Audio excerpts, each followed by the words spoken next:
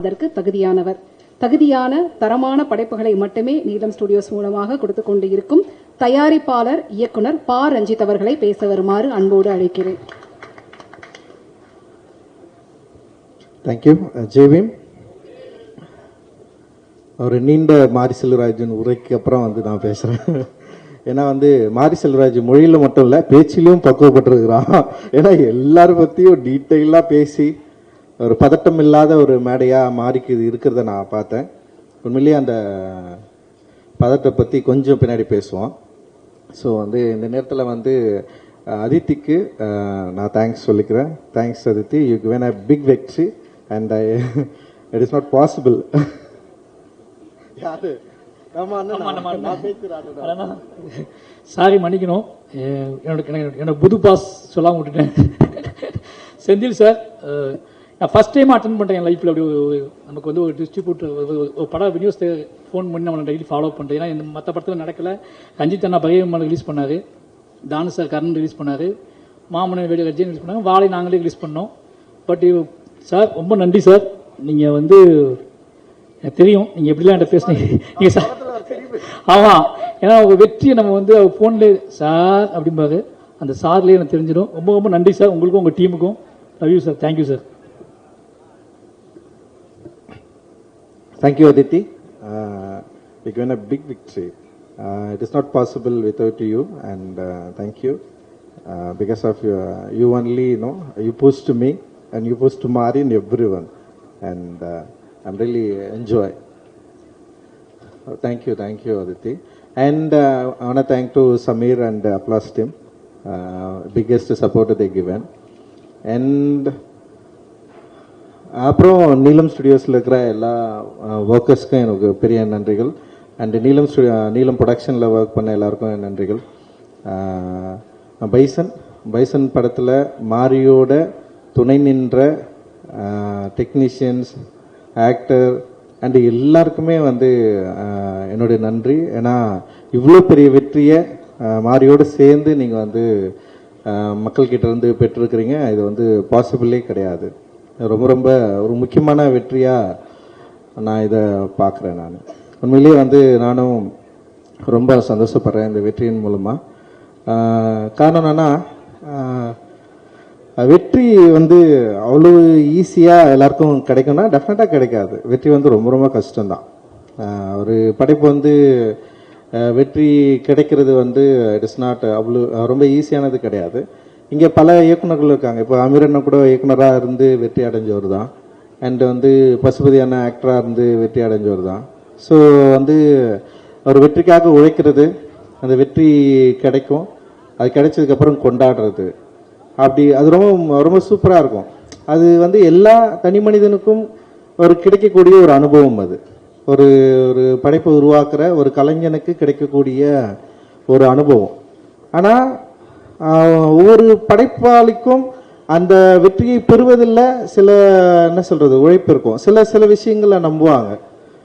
சில பேர் ரொம்ப கிரியேட்டிவாக தங்களுடைய கதை பலத்தை நம்பி, இல்லை அந்த திரைக்கதை இல்லை அந்த லைஃப் ஸ்டைல் இதெல்லாம் நம்பி இந்த படம் ஓடுன்னு சொல்லிட்டு நம்புவாங்க. பட்டு நான் சினிமாவுக்கு வரத்துக்கு முன்னாடி என்னுடைய லைஃப்பை நான் பேசி படமாக எடுத்து இங்கே ஜெயிக்க முடியுமா அப்படின்றது கொஞ்சம் ஒரு சின்ன ஒரு யோசனை இங்கே இருக்க தான் செஞ்சது. பட் ஆனால் துணிஞ்சி படம் எடுத்துட்டு பார்த்துடலான்னு சொல்லிட்டு தான் நான் இண்டஸ்ட்ரிக்கே வந்தேன் நான். ஸோ அந்த வந்ததில் இருந்த இப்போ யாராவது என்கிட்ட என்ன படம் எடுப்பேன்னு கேட்டால் இருக்கிற திடீர்னு பதில் சொல்கிறதுக்கு முன்னாடி ஒரு பதட்டம் தொட்டிக்கும் எனக்கு. இதை பற்றி இவங்ககிட்ட பேசலாமா, இவங்க என்ன நினைப்பாங்க, இதை பாசிட்டிவாக எடுத்துப்பாங்களா, இல்லை இதை எப்படி இதை உணர்வாங்க. நான் படம் தான் எடுக்க போகிறேன், தப்பான வேலை செய்ய போகிறதில்ல. அண்ட் இந்த படத்தில் இந்த சமூகத்துக்கு தவறான கருத்தை நம்ம சொல்ல போகிறதில்ல. இந்த சமூகத்தில் இருக்கிற ஒரு 75 ஆண்டுகள சினிமா வரலாற்றில் பேசப்படாத மக்களை பற்றி பேச போகிறோம். ஆனால் நமக்கு ஏன் பதட்டம் வருது? நம்ம கரெக்டாக தானே வேலை செய்கிறோம், கரெக்டாக ஒரு நல்ல விஷயத்தை தானே நம்ம சொல்ல போகிறோம். ஆனால் ஏன் எனக்கு பதட்டம் தொட்டிக்குது? ஏன் ஒரு இனம் புரியாத ஒரு ஒரு ப்ரெஷர் கிரியேட் ஆகுது அப்படின்னு எனக்கு வந்து சத்தியமாக தெரியவே இல்லை. பட் ஆனால் வந்து அது ஏன்னு நமக்கு எல்லாருக்குமே தெரியும். இப்போ வந்து பொதுவாக கிராமப்புறங்களில் வசிக்கிறவங்களுக்கு வந்து ரொம்ப இயல்பாக தெரிஞ்சிடும். இது ஒரு ஊர் காலனின்னு ரெண்டு தனியாக பிரிஞ்சிருக்கிறப்போ ஒரு பொதுவில் இருக்கிற ஒரு ஒரு பொருளை வந்து பங்கு போடுறதில்ல, இல்லை உரிமை கோர்றதில்ல, எப்பவுமே வந்து ஒரு சின்ன ப்ரெஷர் இருந்துகிட்டே இருக்கும். ஸோ இப்போ நான் வந்து அப்படி ஒரு காலனிலேருந்து வந்திருக்கிறேன். ஸோ மாரி செல்வராஜ் அப்படி ஒரு காலனிலேருந்து வந்திருக்கிறான்னு வச்சுங்களேன். ஸோ அப்படி இருந்து ஒரு காலனியில் வந்து யாருக்கிட்ட எதை பேச போகிறோம் அப்படின்றது வந்து ரொம்ப முக்கியமாக இருந்தது. யார்கிட்ட எதை பேச போகிறோம்? இப்போ வந்து இப்போ நான் வந்து என்னுடைய உரிமையை நான் எங்கே கேட்குறேன்னா பொதுவில் கேட்குறேன். பொது என்பது என்னன்னா இங்கே வந்து ஒரு ஊராக இருக்குது. ஊரில் வந்து பல தரப்பட்ட சாதிகள் வசிக்கிற ஒரு பகுதியாக இருக்குது. அப்போ அங்கே போயிட்டு நான் என்னுடைய உரிமை கேட்குறப்ப ஃபஸ்ட்டு என்னவா தோணுன்னா வந்து நீ எதுக்கு இங்கே வந்து கேட்குற, நீ வந்து இங்கே வந்து பேசலாமா, உனக்கு இப்போ நம்ம எல்லாரும் ஒன்றா தானே இருக்கிறோம், நீ அங்கே ஒழுங்காக இருந்துடலாம்ல, நீ எதுக்கு இங்கே வந்து இதை பேசி பிரச்சனையாக மாத்துற, இது பிரச்சனையாக பேசலைன்னா இவ்வளோ நாள் நம்ம எல்லாரும் வந்து நல்லா ஜாலியாக சந்தோஷமாக தானே இருந்தோம், நீ அங்கே இருக்கிற நான் இங்கே இருக்கிறேன், நீ கோயில் திருவிழாவுக்கு வரியா நீ அங்கே இரு, நீ வரியா இது வந்து இதை பார்த்துக்கோ, ஊர் பொது கிணத்துல வந்து நீ தண்ணி எடுக்கக்கூடாது, இல்லை ஊர் குளத்துல வந்து உனக்கு உரிமை கிடையாது, ஊர் பொது சொத்துல உனக்கு வந்து உனக்கு உரிமை கிடையாது, நான் உரிமைன்னு நான் கேட்டேன்னு வச்சுக்கேன், அங்கே வந்து ஒரு பிரச்சனை ஸ்டார்ட் ஆகுது. இது எப்படி நீ வந்து கேட்கலாம், இத்தனை நாள் உனக்கு வந்து இது வந்து நான் கொடுக்கவே இல்லையே, நீ எப்படி இவ்வளோ நாள் கலாச்சாரத்தை ஒரு பண்பாடை நீ எப்படி வந்து மீற முடியும் அப்படின்னு சொல்லிட்டு பல பிரச்சனைகள் உருவாகிறத நம்ம வந்து பார்த்துருக்குறோம். கிட்டத்தட்ட இதே மனநிலை தான் நான் சினிமாவில் வந்து இங்கே வந்து படம் எடுக்கிறப்போ கதை சொல்கிறப்போ என்னுடைய நான் இப்படி ஒரு படம் எடுக்க போகிறேன்னு சொல்லிட்டு பேசுகிறப்போ அந்த டைமில் ஊரில் ஒரு பொதுவில் பங்கு கோர்றதுக்கான ஒரு உரிமையை கேட்குறப்போ எனக்கு நிகழ்ந்த இல்லை என்னுடைய முன்னோர்களுக்கு நிகழ்ந்த என்னுடைய பகுதியில் மக்களுக்கு நிகழ்ந்த அந்த பதட்டம் எனக்கு இந்த சினிமாவில் எனக்கு உண்டாச்சு. ஸோ அந்த பதட்டம் என்று எனக்கு தணிஞ்சுது. அட்டகத்தி படம் ஜெயிச்சான உடனே எனக்கு வந்து அந்த பதட்டம் தணிஞ்சிச்சா, வெற்றி உண்மையிலே வந்து எனக்கு வந்து ஒரு பெரிய மகிழ்ச்சியை கொடுத்ததா அப்படின்னா வந்து உண்மையிலேயே வந்து அட்டகத்தி படம் ஜெயிக்கலன்னா என்ன இருக்குன்னு எனக்கு தெரியல. அட்டகத்தி படம் ஜெயிச்சதுனால அடுத்த படம் பண்றதுக்கான வாய்ப்பு கிடைச்சது. ஆனா அடுத்த படம் கிடைக்கிறதுக்கான வாய்ப்பை இப்ப அட்டகத்தி படம் எப்படி ஏற்றுக்கொள்ளப்பட்டது, அது ஒரு விமர்சன பங்கு என்ன, ஓகே அது ஒரு சாரார் வெறும் காமெடி படமாகவே பார்த்தாங்க, ஒரு சில பேர் அதோடைய நரேட்டிவை புரிஞ்சுக்கிட்டாங்க, சில விஷயங்களை அதை பற்றி எழுதினாங்க. ஆனால் மெட்ராஸ் வந்து எப்படின்னா எல்லாராலும் கொண்டாடப்பட்டதுன்னு பேசப்பட்டாலுமே கூட அப்போதான் வந்து இது குறியீடுகளை பற்றி வந்து பேச ஆரம்பிக்கிறாங்க. ஸோ அது வரைக்கும் வந்து ரஞ்சித்ன்றவன் ஒரு இயக்குனராக இருந்தார். அப்புறம் மெட்ராஸ்க்கு அப்புறம் வந்து திரும்பவும் வந்து வேற ஒரு படம் இயக்கியிருக்காரு, ஒரு முழு அரசியல் திரைப்படம்னு சொல்லிட்டு எல்லாருமே ஏற்றுக்கிட்டாங்க. அந்த முழு அரசியல் திரைப்படம் ஏற்றுக்கிட்டதுக்கு அப்புறம் வந்து பல விவாதங்கள் வந்து அப்போ உருவாச்சு. நல்லா எனக்கு ஞாபகம் இருக்கு, வந்து ஒருத்தர் எழுதினாரு, மெட்ராஸின் டைட்டில் வச்சு எவ்வளோ திமுறா ஒருத்தன் படம் எடுத்திருக்கான், இது ஹிந்துல வந்தது. எனக்கு நல்லா ஞாபகம் இருக்கு எப்படி இந்த படத்தை வந்து விட்டாங்க வெளியே. இதே வந்து பாம்பேல போயிட்டு பாம்பேன்னு சொல்லிட்டு படம் எடுத்தா அங்கே இருக்கிற வந்து எல்லாம் அடிச்சு காலி பண்ணியிருப்பாங்க, ஓட விட்டுருக்க மாட்டாங்க. ஆனால் இவங்க வந்து பாரு மெட்ராஸ்னு ஒரு படம் எடுக்கிறான்னு சொன்னாங்க. எனக்கு ரொம்ப புதுசாக இருந்தது, இப்படி ஒரு நெரேட்டிவ் எப்படி இவங்களால உருவாக்க முடிஞ்சது. அப்போ வந்து அப்போதான் வந்து என்னன்னா ஓகே இதில் இந்த குறியீடில் இதை பயன்படுத்தியிருக்காங்கன்னு சொல்லிட்டு எனக்கு வந்து எதிர்மறை விமர்சனங்கள் நிறைய வர ஆரம்பிச்சது. அண்ட் வந்து கபாலி வந்த உடனே வந்து அது பிளாஸ்ட் ஆயிடுச்சு, வெடிச்சு செதறிச்சு. அப்படி அதில் வந்து ஒரு படம், ஒரு இயக்குனர், ஒரு நடிகரை வச்சு சூப்பர் ஸ்டார் வச்சு படம் எடுத்திருக்காரு. ஆனால் மெட்ராஸ்ன்னு ஒரு படம் நான் பண்ணலன்னா சூப்பர் ஸ்டார் ரஜினிகாந்த் எனக்கு அந்த படத்தை வாய்ப்பு கொடுத்துருப்பாரா? ஆனால் ஒவ்வொரு முறையும் வந்து விமர்சனம் வரப்போ வந்து உனக்கெல்லாம் ரஜினி வாய்ப்பு கொடுத்தாரு பத்தியா, ரஜினிகாந்தை வச்சு நீ வந்து எப்படி இந்த டைலாக்கை பேசலாம், எந்த டைலாக்கை பேசலாம், அவ்வளவு மோசமாக பயங்கர பிளாஸ்டாக வந்து வெடித்த உடனே வந்து நான் என்ன பண்ணுறதுன்னு எனக்கு தெரியல. நான் அப்போ வந்து மெட்ராஸ் கொண்டாடுற மாதிரி வந்து கபாலியை வந்து இவங்க உண்மையிலேயே வந்து கபாலியோடைய வெற்றி அப்படின்றது வந்து தயாரிப்பாளர் தானுக்கு தெரியும். மற்ற படங்களை காட்ட ஃபர்ஸ்ட் வந்து படம் ரிலீஸ் ஆகிறதுக்கு முன்னாடியே 100 கோடி ரூபாய் லாபம் ஈட்டின படம் வந்து கபாலி. ஒரு படம் வணிக ரீதியா வெற்றி பெற்றது மட்டும்தான் இங்க வெற்றியானா, பல படங்கள் வணிக ரீதியா வெற்றி பெற்று கொண்டாடப்பட்டிருக்கு. இங்க விமர்சன ரீதியா மிக மோசமாக விமர்சிக்கப்பட்டாலும் அந்த படம் வெற்றி படமா வணிக ரீதியில வந்து பெரிய அளவில் கலெக்ட் ஆச்சுன்னா வெற்றி படமா கொண்டாடப்பட்டிருக்கு. ஆனா கபாலியை வந்து இவர்கள் வந்து மிக மோசமா அமைச்சிட்டாங்க. ரஜினியை வந்து எப்படி நீ வந்து ஒரு எஸ்சி டைலாக் வந்து வச்சு பேசலாம், எப்படி ரஜினிக்குள்ள வந்து ஜாதியை கொண்டு வரலாம், எனக்கு உண்மையிலேயே வந்து அதை எப்படி கையாளுறதுன்னே எனக்கு தெரியல. அந்த பதட்டம் வந்து எனக்கு வந்து பயங்கரம் பட்டுக்குச்சு. எனக்கு என்ன பிரச்சனைனா கபாலி படம் வெற்றி படம் தோல்வி படம் என்பதல்ல என்னோட பிரச்சனை. இதுக்கு பிறகு இந்த மாதிரியான படங்கள் எடுக்கவே முடியாதா, யாராவது எடுக்க வந்தா இப்படி ஒரு சிக்கல் வருமா? ஏன்னா தமிழ் சமூகத்தில் பயங்கரமான டிஸ்கஷன் நடந்துச்சு அன்னைக்கு. அந்த சினிமாவில் வந்து எப்படி சினிமாவில் நீங்கள் இதை பேசலாம், எப்படி நீங்கள் சினிமாவில் இதை பேசலாம், எப்படி நீங்கள் இதை சினிமாவில் பேசலாம் எனக்கு புரியல. அப்போதான் நான் யோசிச்சேன், அப்போ இதுக்கு முன்னாடி இருக்கிற சினிமாக்களை, என்னை மறந்த சினிமாக்களை, என்னை ரொம்ப மோசமாக சித்தரிச்ச சினிமாக்களை, என்னை வந்து ரொம்ப இழிவாக பேசின சினிமாக்கள், இத்தனை ஆட்கள் என்ன பண்ணாங்க இத்தனை வருஷமா? இவர்கள் எல்லாம் ஏன் இவர்களுக்கு குரல் கொடுக்கல? இவங்க ஏன் இவங்களை பற்றி கேட்கவே இல்லை? இவங்க ஏன் இதை பற்றி பேசவே இல்லை? அப்போ நான் என்ன பண்றேன்னா, நான் ஒரு புது என்னுடைய லைஃபை, என்னுடைய வாழ்க்கையை நான் உங்களுக்கு காட்டுறதுக்காக நான் ஒரு திரைப்படம் எடுக்கிறேன். அதுவும் வணிக ரீதியா வெற்றி பெற்ற ஒரு திரைப்படமா அது இருக்கு. ஆனா மிக மோசமா சித்தரிக்கப்பட்டது. அதோடைய திரைக்கதை அமைப்பை பற்றி பேசுறவர்கிட்ட நான் வந்து டெஃபினட்டா நான் வந்து ஒத்துக்கிறேன். அதோட திரைப்பட குறைவு, அதாவது திரையாக்கம் குறைபாடுகளை வந்து நான் வந்து மனப்பூர்வமாக ஏற்றுக்கொள்கிறேன். ஆனால் ஒரு நடிகரை நீ எப்படி பேச வைக்கலாம், எப்படி இந்த கண்டென்ட்டை பேச வைக்கலாம்? மற்றபடி சூப்பர் ஸ்டார் ரஜினிகாந்த் அவர்கள் நடித்த மற்ற எல்லா படங்களும் உங்களுக்கு வந்து சூப்பரா எனக்கு தெரியவே இல்லை. உண்மையிலே எனக்கு பயங்கர குழப்பம் வந்தது. ஆனா நல்வாய்ப்பாக திரும்பவும் வந்து சூப்பர் ஸ்டார் ரஜினிகாந்த் அவர்கள், நான் கபாலி படம் நல்லா இயக்குனன்னு அவர் நம்பினாரு, அந்த படம் ரொம்ப நல்ல படம்னு அவர் நம்பினாரு, அந்த படம் மிகப்பெரிய வெற்றி படம் நம்பி எனக்கு வந்து திரும்பவும் காலான்ற ஒரு படம் கொடுத்தாரு. இந்த நேரத்தில் நீங்க நல்லா யோசிக்கலாம், இப்படி ஒரு நடிகர் திரும்பவும் ஒரு இயக்குனரை கூப்பிட்டு ஒரு படம் பண்ணுன்னு சொல்றப்போ, அந்த இயக்குனர் வந்து இந்த சமூகம் வந்து அடி பிளாஸ்ட் ஆகி பயங்கரம் விமர்சித்து பிறகும் நான் ஏன் காலான்னு ஒரு படம் எடுக்கணும்? இப்ப அந்த காலா படம் எடுக்கிறது மூலமா நான் என்ன சொல்ல ட்ரை பண்றேன்? இந்த சமூகத்துல என்ன நரேஷன் நம்ம கிரியேட் பண்றோம்? ஒரு நில உரிமையை பத்தி அவர் வச்சு நான் பேசுறேன். ஒரு பெரிய ஸ்டார் எனக்கு கிடைக்கிறாரு, அந்த பெரிய ஸ்டாரை வச்சு நான் திரும்பவும் ஏதோ ஒரு கமர்ஷியலான ஒரு படத்தை எடுத்து நம்ம வந்து என்னுடைய லைஃப் ஸ்டைலை வந்து மாற்றிக்கக்கூடிய பெரிய பணங்களை சம்பாதிச்சு நான் போயிருக்கலாம். பட் ஆனால் நான் என்ன ட்ரை பண்ணுறேன்னா, திரும்பவும் வந்து சூப்பர் ஸ்டார் ரஜினிகாந்தை அவர்களை வைத்து நிலமற்ற மக்களுக்கு நில உரிமையை கோருதலை பற்றி ஒரு விஷயத்தை வந்து நான் பேச நான் ட்ரை பண்ணுறேன்.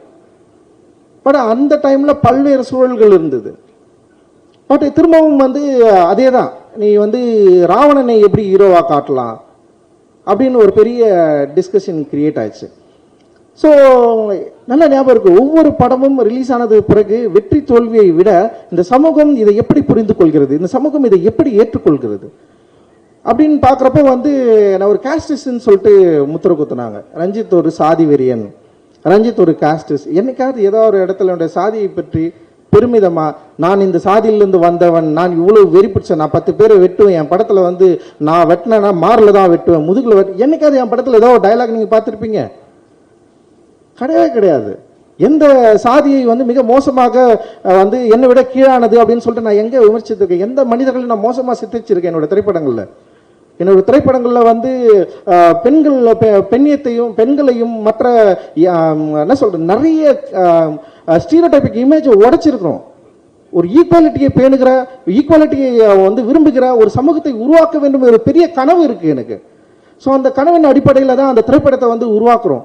ஸோ அப்படி நான் பார்த்தவன் தான் மாரி செல்வராஜுடைய பரியரும் பெருமாள். எனக்கு உண்மையிலேயே வந்து பரியரும் பெருமாளை வந்து நான் பண்ண வேண்டிய திரைப்படமா இல்லை, அதுவா வந்து சேர்ந்தது. நான் அது படம் பண்ணேன். அந்த படம் வந்து ஒரு பெரிய ஒரு டிஸ்கஷனை கிரியேட் ஆச்சு. அந்த டிஸ்கஷன் கிரியேட் ஆனோடனே என்ன இங்கே நடந்ததுன்னா, திடீர்னு வந்து என்ன நடந்துச்சுன்னா வந்து மாரி செல்வராஜ் மொழி வேற, ரஞ்சித்தோட மொழி வேற. உடனே வந்து 2 மொழியை வந்து 2 பார்வையை உருவாக்குறது. அண்ட் இந்த படத்தில் எப்படி இது பேசியிருக்குது பாரு அப்படின்னு சொல்றது. பட் ஆனால் வந்து என்ன நல்ல விஷயம் நடந்ததுன்னா, ஒரு குரல் இருக்கிற இடத்துல இன்னொரு குரல் ஓப்பன் ஆச்சு. அது ரொம்ப எனக்கு வந்து கொஞ்சம் பாரம் குறைஞ்சது. பரவாயில்ல, ஒருத்தனை திட்டுறதுல இன்னொருத்தர் திட்டுவாங்கறா அப்படின்னு சொல்லிட்டு. ஸோ அந்த நேரத்தில் வந்து வெற்றி சார் ஒரு படம் எடுத்துட்டாரு, அசுரன் சொல்லிட்டு. ஸோ 3 பேரை திட்டுவாங்கமா மாறிடுச்சு. பயங்கரமா இருந்தது. எப்பவுமே என் போட்டோ மட்டும் தான் இருக்கும் திட்டுற இடத்துல. அப்புறம் வந்து மாரி செல்வராஜ் போட்டோ வந்தது. அப்புறம் படம் பார்த்தா வெற்றி சார் வந்து நின்ட்டார். 3 போட்டோ எங்க பார்த்தாலும். அந்த 3 போட்டோவை வந்து இப்போ வரைக்கும் திட்டிட்டு இருப்பாங்க. இப்போ காந்தாரா, இப்போ எப்பவுமே பெரிய படங்கள் வந்து வெற்றி அடைஞ்ச உடனே வந்து தமிழ் சினிமா ரசிகர்களுக்கு வந்து தமிழ் சினிமா வழியாத்த 3 இயக்குநர்கள் போட்டோ வந்துடும். ஏன்னா 300 படம் எடுக்கிறாங்க தமிழ் சினிமாவில் ஒரு வருஷத்துக்கு. எவ்வளோ 300-400 படங்கள் எடுக்கிறாங்க. நான் ஒரு படம் 2 வருஷத்துக்கு ஒரு முறை தான் இயக்குறேன். ஓகேவா? மாரி செல்வராஜ் வரைக்கும் 5 படம் தான் இயக்கியிருக்கிறான். வெற்றி சார் ஒரு 7 படம் அவரும் அந்த மாதிரி தான் இயக்கியிருக்காருன்னு வச்சுங்களேன். அவரும் வந்து 3 வருஷத்துக்கு ஒரு படம் தான் இயக்குறாரு. ஆனால் கிட்டத்தட்ட இந்த 2 வருஷத்துல 600 படங்கள் வந்திருக்கும். 600 படங்களை எத்தனை படங்கள் எத்தனை இயக்குனர்கள் இயக்கியிருப்பாங்க? அத்தனை இயக்குனர்களுக்கு இந்த தமிழ் சினிமாவை உயர்த்துவதற்கு அவங்களுக்கு எந்த பங்குமே கிடையாதா? அத்தனை தமிழ் சினிமா இயக்குனர்களும் வந்து இங்க வந்து யார் அவங்க படமே பண்ணலையா? அப்ப அவங்க தமிழ் சினிமாவை ஏன் உயர்த்துவதற்காக எந்த படமும் இயக்கலையா? அப்ப வந்து ஒரு படம் வெற்றி அடைஞ்சவனே வந்து தமிழ் சினிமா சீரழித்தவர்கள் 3 பேர்னா மொத்தமே 10 வருஷத்துல நான் 7 படம் தான் எடுத்திருக்கிறேன். அந்த 7 படத்துல தமிழ் சினிமா சீரழிஞ்சிச்சா? அப்ப மத்த இயக்குனர்கள் என்ன பண்றாங்க? இல்ல நீங்க தமிழ் ரசிகர்கள் என்ன பண்றீங்க? இங்க இருக்கு மத்த என்ன பண்றீங்க? நீங்க ஓட வைக்கலாம்ல எல்லா படத்தையும். ரொம்ப ஆச்சரியமா இருக்குது இந்த நரேட்டிவ் வந்து உடனே செட் பண்றது. இன்னொன்னு ரொம்ப மோசமான ஒரு வார்த்தை பிரயோகம் பயன்படுத்துறாங்க, அமுக்கிட்டாங்க பிதிக்கிட்டாங்கன்னு சொல்லிட்டு. எவ்வளவு மோசமான ஒரு வார்த்தை! இந்த இந்திய சமூகத்தில் இத்தனை நூற்றாண்டுகள் கழித்தும் என்னுடைய சகோதரி இன்னைக்கு வந்து தீபாவளி கொண்டாடி இருக்கிற ஒரு சமயத்துல வந்து ஒரு ஊர்ல வந்து அவ்வளவு பேர் அச்சு உடைச்சிருக்காங்க. உங்க கண்ணை திறந்து பார்க்க மாட்டீங்களா நான் கேட்கிறேன். எல்லாரும் தீபாவளிக்கு ஊருக்கு தானே போனீங்க. உங்க ஊர்ல பக்கத்துல வந்து நீங்க பிரிஞ்சிருக்க கேஸ்டால பிரிஞ்சிருக்கிற 2 பிரிவை நீங்க பார்க்கவே இல்லையா? இது எப்ப நம்ம சரி பண்ண போறோம் அப்படின்னு ஒரு கேள்வி கேட்டேன்னு வச்சுங்களேன். உங்ககிட்ட என்ன பதில் இருக்கு? வேற ஒண்ணுமே இல்லை. ஸோ அந்த கேள்விக்கான பதிலை தேடுவதற்காக முயற்சி தான் எங்களோட சினிமா. அந்த சினிமா அப்படி முயற்சிக்கிறதுனால நாங்கள் வந்து ஒரு என்ன சொல்றது, மக்களிடம் விலகி எடுக்கிற ஒரு சினிமா எடுக்கிறோம்னா இல்லை. ஒவ்வொரு முறையும் மக்களை நெருங்க ட்ரை பண்றோம், மக்களுக்கு பிடித்த ஒரு சினிமாவை இயக்க ட்ரை பண்றோம், மக்களை எஜுகேட் பண்ற படங்களை இயக்க ட்ரை பண்றோம். ட்ரை பண்ணிட்டே இருக்கோம். இல்ல சில தோல்விகள் வரலாம். எனக்கு ரொம்ப ஆச்சரியம், உண்மையில ரொம்ப சந்தோஷம். மாறி தொடர்ந்து வெற்றி படங்களை எடுத்துட்டு இருக்கிறான், தொடர்ந்து மக்களுக்கான ரொம்ப நெருக்கமான சினிமாவை எடுத்துட்டு இருக்கிறார். இது சாதாரண விஷயமே கிடையாது. இது ரொம்ப ஆச்சரியமான விஷயம். ஆக்சுவலி ஒரு ஆச்சரியத்தை தமிழ் சினிமாவில் நிகழ்த்தி கொண்டிருக்கிறான் மாறி.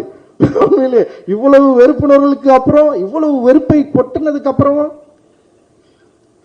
என்ன ஆயிடுச்சுன்னா வந்து திடீர்னு வந்து இப்பெல்லாம் வந்து படம் வரதுக்கு முன்னாடியே ஒரு நெரேட்டிவ் செட் பண்றாங்க. இந்த படங்கள்லாம் நம்ம பார்க்க கூடாது, இந்த படங்களை போகாதீங்க, இந்த படங்கள்ல ஜாதி பேசுவாங்க. இப்போ உண்மையிலே வந்து சார் இருக்காருல்ல, ஒரு ஃபைவ் செந்தில் சார் எல்லாரும் ஜாதி படங்கன்னு சொல்றாங்க சார், எல்லாரும் ஜாதின்னு சொல்றாங்க. ஆனா இந்த படம் ஸ்போர்ட்ஸ் படம் தானே சார். அவருக்கு தெரிஞ்சிருக்கு இந்த படம் ஸ்போர்ட்ஸ் ரொம்ப முதன்மையா வச்சு பேசியிருக்கு. ஒரு ஸ்போர்ட்ஸ் மேனா வரத்துக்கு ஒரு பையனுக்கு அவனுடைய சமூகத்தில் இருக்கிற இந்த பிரிவினைவாதம் எவ்வளவு அவனை அழுத்துது, அதுல இருந்து அவன் வெளியேற எவ்வளவு துடிக்கிறான். ஆனால் மாறி வந்து ரொம்ப கவனமாக ஒரு சந்தானராஜை உருவாக்குறான். அவர் பேரு சந்தானராஜை உருவாக்கி இருக்கிறான். அந்த கந்தசாமி கேரக்டர் ரொம்ப பயங்கரமா வேலிடா வந்து ரொம்ப கவனமா கையாண்டு இருக்கிறான். எந்த விதத்திலும் இந்த பொது சமூகத்திலிருந்து வேறுபட்டு விடக்கூடாது, எந்த விதத்திலும் மிக மோசமா மக்களை பிரித்தாள்கிற ஒரு சினிமாவை எடுத்துடக்கூடாதுன்னு சொல்லிட்டு ரொம்ப அக்கறையும் அன்பும் இருக்கு. அந்த அன்பு தான் ஈக்குவாலிட்டி. அந்த ஈக்குவாலிட்டியை கோருவது எப்படி வந்து இன்னொரு மனிதனை எதிர்ப்பதா மாறும். ஒரு மனிதனுக்குள்ள இருக்கிற பிரச்சனையை பத்தி பேசுறதுனாலே ஒரு மனிதனை எதிர்ப்பது கிடையாது. மனிதன் எப்படி வெறுப்பா பார்க்க முடியும்? அப்படி வெறுப்பா பார்த்தா நீ என்னை வெறுப்பா பார்க்குற மாதிரி வந்து நானும் உன்ன மாதிரி நானும் ஒரு மாதிரி மாறிடும்ல. அன்பு மட்டும் தான் இங்க பிரதானம். எப்படியாவது நம்ம எல்லாரும் ஒன்று சேரணும், எப்படியாவது இந்த சினிமாக்கள் மூலமாக இருக்கிற வெறுப்பை வந்து அழிக்கணும், அழிச்சு மாற்றணும் அப்படின்ற முயற்சி தான் இது. ஆனால் வந்து என்ன ஆகுதுன்னா வந்து அதிகப்படியான வெறுப்பு அப்படி கிரியேட் பண்ணுறாங்க. ஒரு படம் ரிலீஸ் ஆகிறதுக்கு முன்னாடி, மாறி படம் ரிலீஸ் ஆகிறதுக்கு முன்னாடி பயங்கரமாக எழுதாங்க, இந்த படம் பார்க்கக்கூடாது, இந்த யாரும் போகாதீங்க, இது ரொம்ப தப்பான படம், டியூடுக்கு போங்க, டியூடுக்கு போடான்னாங்க. டியூட் டைரக்டர் வச்சு ரொம்ப நல்ல விஷயம் பண்ணார் அவர். உண்மையிலேயே ரொம்ப சந்தோஷமாக தான் இருக்கு. அண்ட் கமர்ஷியல் சினிமா அப்படின்ற ஒரு திரைப்படமும் சரி, இல்லை வந்து இங்கே வந்து சமூக நோக்கில் ஒரு சோசியலாக ஒரு அவேர்னஸை கிரியேட் பண்ணும், அதே நேரத்தில் மக்கள் கூட நெருங்குற சினிமாவும் சரி, இன்னைக்கு வந்து பலதரப்பட்ட இளைஞர்கள் உள்ளே வந்ததுக்கப்புறம் இங்கே தமிழ் சினிமாவுடைய போக்கு டெஃபினட்டாக மாறி இருக்கு. இது நிச்சயமாக ஸ்டாண்டர்டாக ஒரு நல்ல இடத்துக்கு போகும்னு நான் நம்புகிறேன். நான் நீங்கள் விரும்புகிற இதே வந்து இந்தியாவே வியக்கக்கூடிய பல 100 கோடிகளை எடுக்கக்கூடிய திரைப்படங்கள் எடுக்கக்கூடிய யங்ஸ்டர்ஸ் நம்முடைய தமிழ் சினிமாவில் நிறைய பேர் இருக்கிறாங்க. டெஃபினட்டாக அச்சீவ் பண்ணுவாங்க. அந்த அச்சீவ் பண்ணுறதுக்கான ஒரு வாய்ப்பை தான் நம்ம வந்து திரைமொழியில் நம்ம வந்து உருவாக்கிட்டு இருக்கோம். இந்தியா லெவலில், வேர்ல்டு லெவலில் தமிழ் சினிமாவுடைய போக்கு, தமிழ் சினிமாவுடைய இயக்குநர்கள், தமிழ் சினிமாவுடைய அந்த மொழி, அந்த ஃபிலிமை வந்து பயங்கரமாக கொண்டாடிட்டு இருக்காங்க. இங்கே வெறும் விமர்சன ரீதியாக இல்லை வந்து வெறும் வணிக ரீதியாக மற்றும் வெற்றி பெற திரைப்படங்கள் மட்டும் கொண்டாடுறது மட்டும் கிடையாது இல்லை. ஸோ இன்னொரு இதுக்கு அதுதான் சொல்கிறேன், ஒரு 7 படங்கள் தானே நாங்கள் எடுத்துட்டு போகிறோம். மீதி 200 டைரக்டர்கள் 200 படங்கள் எடுக்கிறீங்கள, பயங்கரமாக எடுங்கன்னு நான் சொல்கிறேன். யார் நம்மளை தடுக்கிறது? தடுக்கிறதுக்கான வாய்ப்பே இல்லைல்ல. ஸோ இந்த வெறுப்பை எப்படி வந்து வெற்றியா மாற்றுறது அப்படின்றத வந்து உண்மையிலே மாறி வந்து சம சூப்பரா தெரிஞ்சு வச்சிருக்கிற ஒரு இயக்குனரா நான் வந்து பார்க்குறேன். அண்ட் ரொம்ப நிதானமா தன்னுடைய கலையின் மூலமாக ரொம்ப நிதானமா ஒரு கதையை ரொம்ப நம்பி அதில் இருக்கிற சிக்கல்கள் எனக்கு தெரியும். எனக்கு ரொம்ப பயம். ஏன்னா மாறி வந்து ரொம்ப முக்கியமான ஒரு நெல்லையில் இருக்கிற 2 மனிதர்களை பற்றி அவன் பேச போறான் அப்படின்னு எனக்கு பதட்டம், பயம் தொட்டுக்குச்சு. ஏன்னா இது மூலமா நம்ம எந்த பிரச்சனையும் ஏற்படுத்திடக்கூடாது. உங்களை விட எனக்கு ரொம்ப கவலை இருக்கு. ஸோ அப்படி இருக்கிறப்ப வந்து நான் பயந்துட்டே இருந்தேன். படம் ரிலீஸ் ஆகிட்டு தியேட்டர்ல இருந்து என்ன சொன்னாங்க, ஃபர்ஸ்ட் நான் அவங்ககிட்ட ஃபோன் பண்ணது மக்கள் என்ன சொல்றாங்க, நெல்லையில் என்ன சொல்றாங்க. ஏன்னா இங்க வட தமிழகத்தில் வந்து அது ஒரு அந்த கதையை வந்து வேற மாதிரி புரிஞ்சுப்பாங்க. பட் ஆனால் அங்க வந்து எப்படி புரிஞ்சுக்கிறாங்க, என்ன சொன்னாங்கன்னு அவங்ககிட்ட கேட்டேன். அவன் சொன்னா இல்லைன்னா சம்பந்தப்பட்டவர்கள் எல்லாருமே படம் பார்த்துட்டாங்க, அவங்களுக்கு வந்து ரொம்ப திருப்தியா இருந்தது அப்படின்னு அவன் சொன்னான். உண்மையிலேயே எனக்கு அப்பதான் வந்து ரிலாக்ஸ் ஆச்சு. அதுக்கப்புறம் நான் ரிலாக்ஸ் ஆனது என்னதுன்னா 5 ஸ்டார் அண்ணங்க வந்து அவர் ஃபோன் வருமா, அவர் என்ன சொல்றாரு, அவர் வந்து அவருடைய போட்ட அவர் இன்வெஸ்ட்மெண்ட் பண்ண பணம் வந்து வந்துருமா அப்படின்னு தான் இன்னைக்கு வரைக்கும் நான் வந்து வெயிட் பண்ணிட்டு இருக்கேன். அண்ட் வந்து என்னை நம்பி தயாரிப்பு என்னோடு சேர்ந்து பங்கு பெற்ற அந்த அப்லாஸ் நிறுவனமும் சரி, அந்த அதித்தியும் சரி, எல்லாருமே இந்த படத்துல திருப்தி அடைஞ்சாங்களா, திருப்தியை அடையணும் அப்படின்றது தான் எங்களுடைய மிகப்பெரிய நோக்கமாகவும் இருக்கு. ஏன்னா அந்த படம் வந்து வெற்றி பெற்றே ஆகணும். வெற்றி பெறலன்னா திரும்பவும் வந்து என்ன பண்றது, இந்த மாதிரி படம் எடுத்தா ஓடாது, இது வந்து இவனுங்க இப்படிதான் ஆகணும் அப்படின்னு பேச ஆரம்பிச்சிருவாங்க. அண்ட் வந்து அந்த வெறுப்புக்குள்ள நம்ம வந்து சிக்காம ஒரு வெற்றியை இந்த மாதிரி வந்து மக்கள் கொண்டாடுற ஏற்றுக்கொள்ளப்பட்ட, இன்னும் சொல்லப்போனா உண்மையிலேயே இந்த மாதிரி படம் எடுக்கிறவர்களுக்கு சப்போர்ட்டா சோசியல் மீடியாவில் பயங்கரமான ஒரு சப்போர்ட் இருக்கு. ஆக்சுவலி அவங்க என்னன்னா வர வெறுப்புகளை எங்களை நோக்கி தள்ளாம தடுத்து வந்து படம் பயங்கரமா இருக்கு, சூப்பரா இருக்குன்னு சொல்லிட்டு எழுதி தள்ளிட்டே இருக்காங்க. இவங்க யாருமே பெய்ட் கிடையாது, நல்லா புரிஞ்சுக்கணும். எல்லாருக்கும் ஒரு குரூப் இருக்கு, எதிர்க்கிறதுக்கு கூட வேணா ஒரு குரூப்பா சேர்ந்து எல்லாம் செயல்படுறாங்க. ஆனா வந்து இந்த படத்தை நல்ல படம் கொண்டாடுறதுக்கு அவ்வளோ மக்கள் இருக்கிறாங்க. அண்ட் சோசியல் மீடியாவில் வந்து பெரிய அளவில் சப்போர்ட் கிடைச்சது. ஃபர்ஸ்ட் 2 டேஸ்ல வந்து பயங்கரமா நரேட்டிவ் செட் பண்ணதுக்கு அப்புறமும் கூட இது மாறுச்சு. ஏன்னா தங்களானுக்கு படம் ரிலீஸ் ஆகிறதுக்கு முன்னாடி ஒரு பெரிய நரேட்டிவ் செட் பண்ணாங்க. நான் என்னைக்கோ எங்கேயோ பேசினது, வேற கண்டென்ட்ல பேசினது வந்து பேப்பர் கப்ல டீ குடிச்சா வந்து தீண்டாமையா அப்படின்னு கொண்டு வந்தாங்க. ஒரு 3 நாள் பயங்கரமா பேசினாங்க. எனக்கே தெரியல எதுக்குடா இப்ப வந்து இதை பேசுறாங்கன்னு சொல்லிட்டு. அப்ப ரொம்ப ஆச்சரியமா இருந்தது. ஒரு திரைப்படத்தை வணிக ரீதியா தோல்வி அடைய வைக்க வேண்டும் என்று ஒரு ரொம்ப என்ன சொல்றது கன்ஸ்ட்ரக்டிவா இங்க வந்து ஒர்க் பண்ணாங்க. அதை வந்து மாறி தன்னுடைய கலை திறமையால தன்னுடைய திரைப்படத்தினால மிகப்பெரிய அவங்களுக்கு தோல்வியை கொடுத்து நமக்கு வந்து ஒரு பெரிய வெற்றியை உருவாக்கி கொடுத்துருக்கிறான். அண்ட் வந்து நான் ரொம்ப பாசிட்டிவா அதை சொல்றேன். நான் ரொம்ப பதட்டமா அந்த சினிமாக்குள்ள நான் வந்திருக்கலாம். அண்ட் இன்னைக்கு வரைக்கும் வந்து எதிர்மறையான விமர்சனங்கள் வந்து நிறைய இருக்கலாம், வெறுப்பு இருக்கலாம்.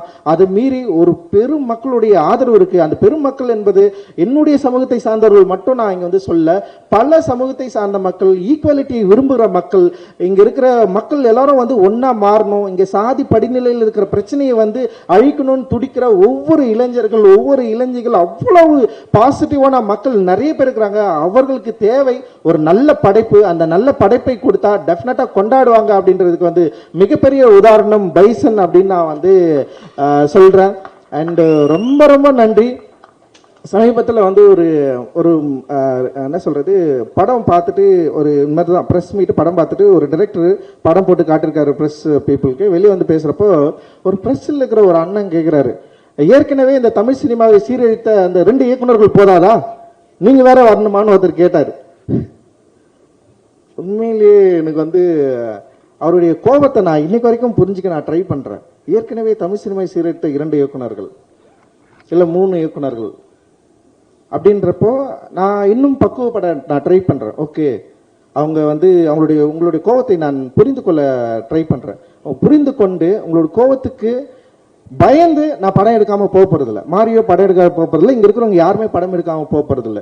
பட் உங்க கோபத்தை புரிந்து கொண்டு உங்க கோபத்தோடு எதிர் நின்று சமராடுவதற்கான மனநிலை உள்ள ஒரு திரைப்படத்தை உருவாக்குவதற்கு தான் எங்களுடைய நோக்கமே தவிர உடனே இது வந்து விட்டு ஓடுறது கிடையாது எங்களோட நோக்கம். நிச்சயமாக இன்னும் நிறைய தளங்கள்ல இறங்கி வேலை செய்ய போறோம், நிறைய ஒர்க் பண்ண போறோம். நிச்சயமா உங்களுடைய சப்போர்ட் தேவை. என்னுடைய அட்டகத்தி படத்திலிருந்து இன்னைக்கு வரைக்கும் மாரிக்கும் சரி, எனக்கும் சரி, அண்ட் இங்க இருக்கிற நிறைய நல்ல முற்போக்கான இயக்குநர்களுக்கும் சரி, பத்திரிகைகள் வந்து என்னைக்குமே வந்து சப்போர்ட் பண்ணதில்லை. எதிர்மறை விமர்சனங்கள் உள்ள பத்திரிகையாளர்கள் கூட நல்ல திரைப்படங்கள் எங்க சைட்ல இருந்து அவங்க மறுக்க முடியாத திரைப்படங்கள் வரப்போ எங்களை கொண்டாடி தீர்த்திருக்காங்க. எனக்கு தெரியும் நிறைய பத்திரிகையாளருக்கு என் மேல வந்து நிறைய எதிர்மறையான எண்ணங்கள் இருக்கு.